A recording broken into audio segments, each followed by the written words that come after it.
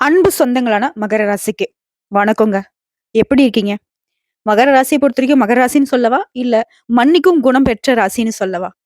யார் எவ்வளவு தப்பு பண்ணாலும் சரி, அத அடுத்த செகண்டே மறந்துட்டு, அவங்களுடைய உணர்ச்சிக்கும் மதிப்பு கொடுத்து, அவங்களுக்காக உதவி செய்யக்கூடியவங்க. அவங்க இருந்தாலும், இல்லனாலும் அவங்களுக்கு ஒரு தேவைன்னு உங்களுக்கு தெரிஞ்சதுனாவே, அவங்களுக்கு ஓடி போய் உதவி செய்யக்கூடியவங்க இந்த மகர ராசிக்காரங்க. பார்க்கறதுக்கு இவங்கள சாதாரணமா எடை போட்டுடுறீங்க. ஆனா, இவங்களுக்குள்ள எவ்ளோ திறமைகள் ஒளிஞ்சிட்டு இருக்குன்னு தெரியுமா? இவங்களுடைய மனசுக்கு நீங்க பக்கத்துல கூட வர முடியாது. தனக்குன்னு எந்த ஒரு எதிர்பார்ப்பும் கிடையாது. மத்தவங்க நமக்கு உதவி செய்வாங்க. மத்தவங்க கிட்ட இருந்து நமக்கு ஏதாவது பலன் கிடைக்கும் அப்படின்னு சொல்லிட்டு இவங்க ஒரு வேலை கூட பார்க்க மாட்டாங்க. எதையும் எதிர்பார்க்காம உதவி செய்யறதும், எதார்த்தமான செயல்களுக்கும், எதார்த்தமான பேச்சுக்கும் சொந்தக்காரங்க. சூதுவாது தெரியாத வெள்ளை மனம் கொண்ட மகர ராசி அன்பர்களுக்கு. தலைப்பு பார்த்திருப்பீங்க. கார்த்திகை மாதத்துல கதவை தட்டும் வேசி யோகம்னு போட்டிருக்கும். அந்த தலைப்ப தப்பா கன்சிடர் பண்ணாதீங்க. அது இந்த யோகத்துடைய பலன் என்ன தெரியுமா? திட்டம் போட்டு அதை செயல்படுத்தி வெற்றி அடையக்கூடியது தான் இந்த யோகத்துடைய பலன். புரியுதுங்களா? சோ இந்த கார்த்திகை மாதத்த பொறுத்தவரைக்கும் கார்த்திகையினுடைய வழிபாட்டுக்கு உகந்த மாதம். இந்த மாதத்த நீங்க எப்படி வழிபாடு செய்யணும்? எப்படி நீங்க பூஜைகள், புனஸ்காரங்கள் பண்ணணும் அப்படின்னு பார்த்தோம்னா, ஒவ்வொரு நாளும் கார்த்திகேயனை வழிபாடு செய்யணும். அப்படி முடியாத பட்சத்துல செவ்வாய்க்கிழமைகள்லயாவது வீட்ல கூடிய தெய்வங்களுக்கு பூஜைகள் செய்து, தீபம் ஏற்றி, தீப தூப ஆராதனை காட்டி, நல்ல மணி ஒலிக்கணும். வீடு முழுக்க அந்த சத்தம் கேட்கணும். தீய சக்தியில் எது இருந்தாலும் சரி, தல தெறிக்க ஓடும். அதுக்கப்புறமா ஒரு தட்டு எடுத்துக்கோங்க. அது பார்த்தீங்கன்னாக்கா, பூஜைக்கு நீங்க பயன்படுத்துற தட்ட எடுத்துக்கோங்க. அதுல திருநீர சும்மா லைட்டா தண்ணி ஊத்தி கரைச்சுட்டு, அத எடுத்து நான் சொல்லக்கூடிய இந்த மந்திரத்த அந்த தட்டுல நீங்க எழுதணும். ஓம் நமோ குமாராய நம. எழுதிட்டு மனச அமைதியா ஒருநிலைப்படுத்தி கடவுள மட்டும் மனசுல நெனச்சுக்கிட்டு, அந்த சமயத்துல உங்களுக்கு வேண்டுதல் கூட இருக்கக்கூடாது. கடவுளுடைய நெனப்பும், அந்த மந்திர சொல் மட்டும் தான் உங்களுக்கு நெனப்புல இருக்கும். 108 முறை ஓம் நமோ குமாராய நம. இந்த மந்திரத்த இந்த குழந்தை புள்ளைங்க புத்தகத்துல வரி வரியா படிப்பாங்க. கை வச்சு படிப்பாங்க இல்லையா? அதே மாதிரி உங்களுடைய வலது கையில இருக்கக்கூடிய ஆள்காட்டி விரல பயன்படுத்தி 108 முறை ஓம் குமாராய நம அப்படின்னு சொல்லிட்டு வரணும். இத சொல்வதன் காரணமா, இந்த மாதிரி நீங்க வழிபாடு செய்வதன் காரணமா, உங்க வாழ்க்கையில இருக்கக்கூடிய துன்பங்கள், துயரங்கள் சுத்தமா உங்கள விட்டு விலகி ஓடும். அதையும் தாண்டி இதோடைய பலன் என்ன தெரியுமா? "ஏன்டா வாழ்க்கை இது? என் தலையில என்னதான் எழுதியிருக்காங்களோ?" அப்படின்னு புலம்புவோம் இல்லையா? உடைய தலைவிதியே மாற்றக்கூடிய அளவுக்கு இந்த வழிபாட்டுக்கு சக்தி அதிகம். கார்த்திகை நட்சத்திரம் அப்படிங்கிறது ஒவ்வொரு மாதம் வரும். இந்த கார்த்திகை மாதத்துல வரக்கூடிய நட்சத்திரத்துக்கு அதீத சிறப்பு இருக்கு.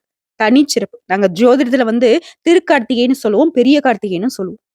சோ இந்த நன்னாள்ல முருகப்பெருமானுக்கு அபிஷேகம், ஆராதனைகள் செய்து வழிபாடு செய்யறத விட, விரதம் இருந்து வழிபாடு பண்ணீங்க அப்படின்னா, துன்பம் இல்லாத, துயரம் இல்லாத ஆனதை அள்ளி கொடுப்பான் அந்த முத்துக்குமரன்.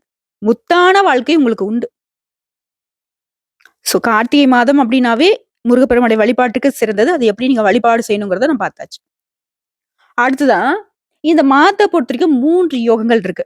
சூரிய பகவானால 2 யோகமும், குரு பகவானால 1 யோகமும் இருக்கு. இந்த 3 யோகத்துடைய பலன் தான் கார்த்திகை மாதத்துல மகர ராசி அனுபவிக்க போறீங்க. உங்களுடைய வாழ்க்கை நிலை இப்ப கரண்ட் சிச்சுவேஷன் எப்படி இருக்குன்னா, வாழ்க்கை அப்படியே கிணத்துல போட்ட கல்லு மாரி இருக்கு. சொல்லப்போனா அந்த கல்லு இருந்த இடம் கூட இன்னும் அடியில போற மாரி ஒரு ஃபீல்.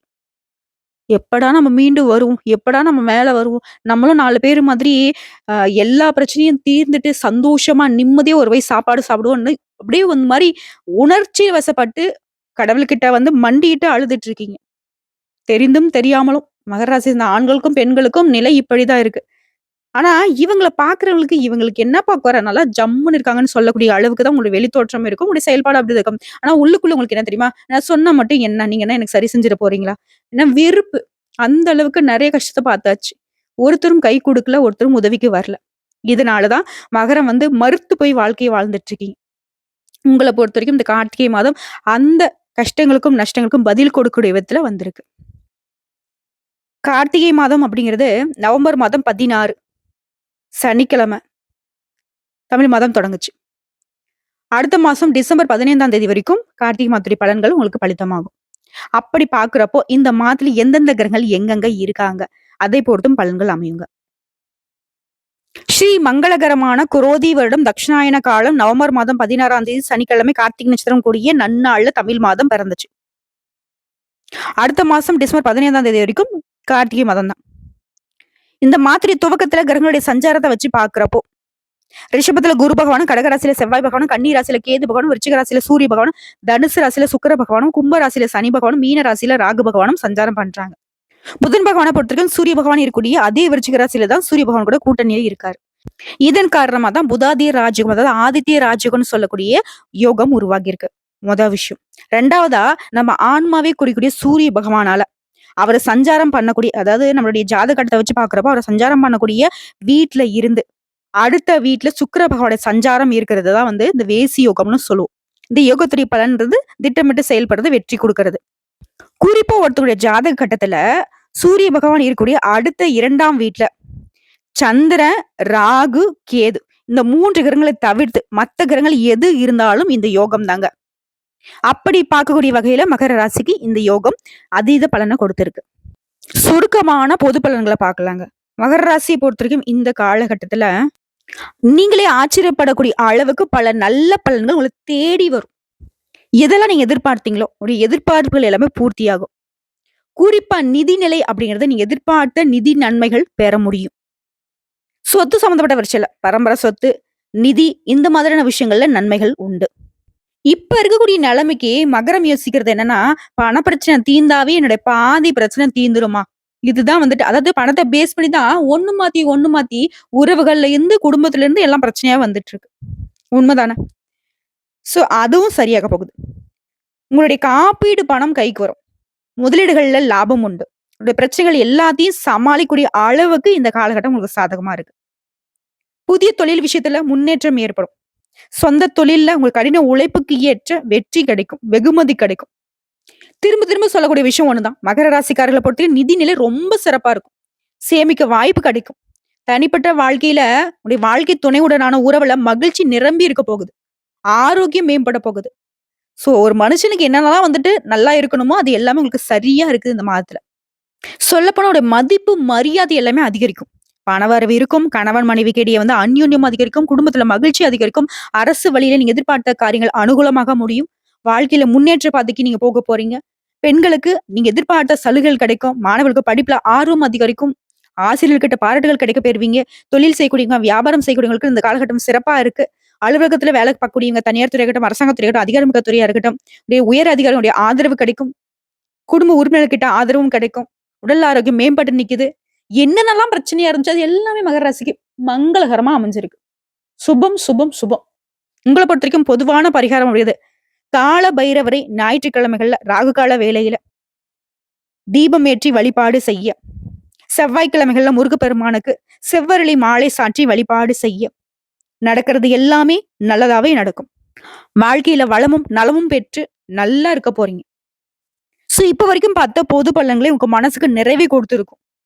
பரவாயில்லப்பா, நல்ல வார்த்தை சொன்னமா அப்படின்னு யோசிக்கக்கூடிய அளவுக்கு நல்ல காலம்தான். இதை தொடர்ந்து நட்சத்திர பலன்களை பார்க்கலாங்க. மகர ராசியில உத்திரடாம் நட்சத்திரம் 2ஆம் பாதம், 3ஆம் பாதம், 4ஆம் பாதம்.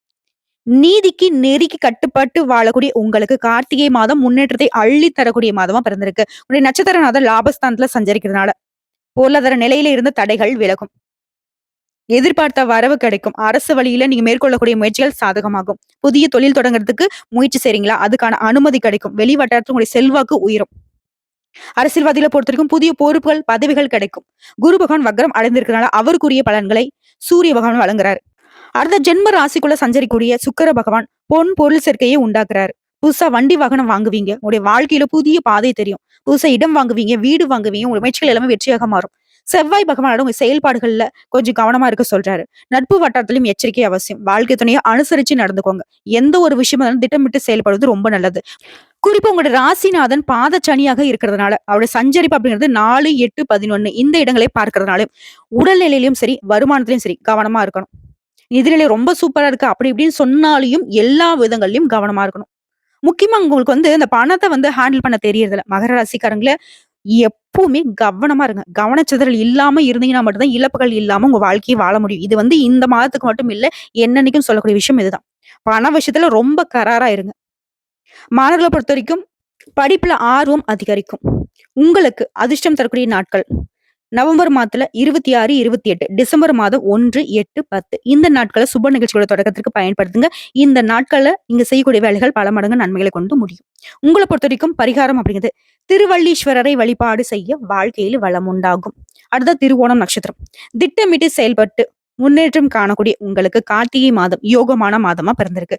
குரு, செவ்வாய், ராகு இந்த 3 பேருமே இந்த மாதம் முழுவதுமே உங்களுக்கு யோகத்தை அள்ளி கொடுக்குறாங்க. நீங்க மேற்கொள்ளக்கூடிய முயற்சிகள் எல்லாமே வெற்றியாக மாத்துறாங்க. தன்னம்பிக்கை அதிகரிக்கும், தைரியம் அதிகரிக்கும். நீங்க மேற்கொள்ளக்கூடிய வேலைகள லாபத்தை காண முடியும்.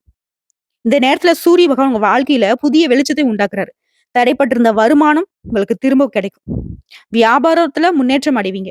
பயணத்தினால லாபம் அதிகரிக்கும். புதிய வாடிக்கையாளர்கள் உங்களுக்கு வந்து சேருவாங்க. புதிய தொழில் தொடங்கக்கூடிய உங்களுடைய முயற்சிகளுக்கு நீங்க எதிர்பார்த்த அனுமதி கிடைக்கும். வியாபாரத்துல இருந்த தடைகள் விலகும். அதிர்ஷ்டகாரகன்னு சொல்லக்கூடிய சுக்கிர பகவான் உங்களுக்கு சாதகமான அமைப்புல சஞ்சரிக்கிறதுனால வருமானம் அதிகரிக்கும். பொன் பொருள் சேர்க்கைக்கு வாய்ப்பு இருக்கு.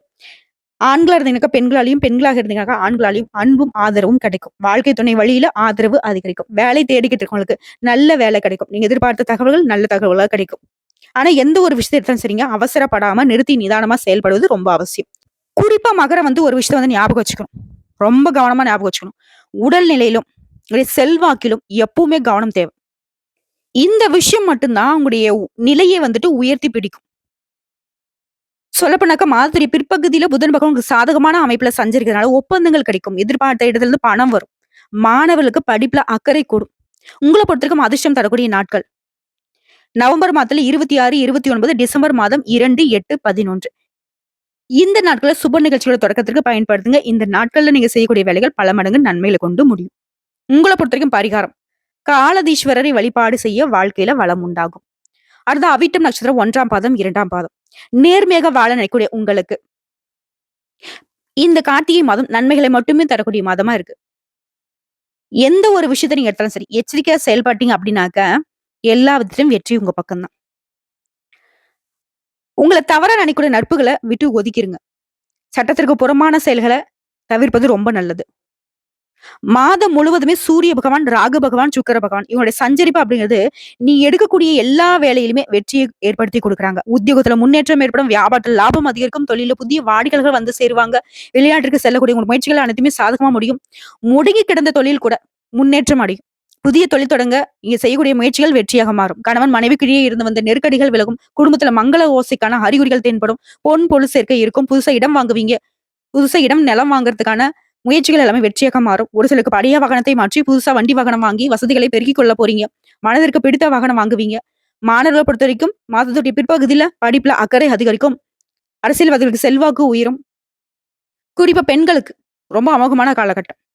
உங்களை பொறுத்தவரைக்கும் அதிர்ஷ்டம் தரக்கூடிய நாட்கள் நவம்பர் மாதத்துல 26, 27, டிசம்பர் மாதம் 8, 9 இந்த நாட்கள் வந்துட்டு நீங்க செய்யக்கூடிய வேலைகள் பல மடங்கு நன்மைகளை கொண்டு முடியும். சுப நிகழ்ச்சியோட தொடக்கத்துக்கு இந்த நாட்களை பயன்படுத்திக்கோங்க. உங்களை பொறுத்தவரைக்கும் பரிகாரம் அப்படிங்கிறது மருதமலை முருகனை வழிபாடு செய்ய வாழ்க்கையில முன்னேற்றம் உண்டாகும்.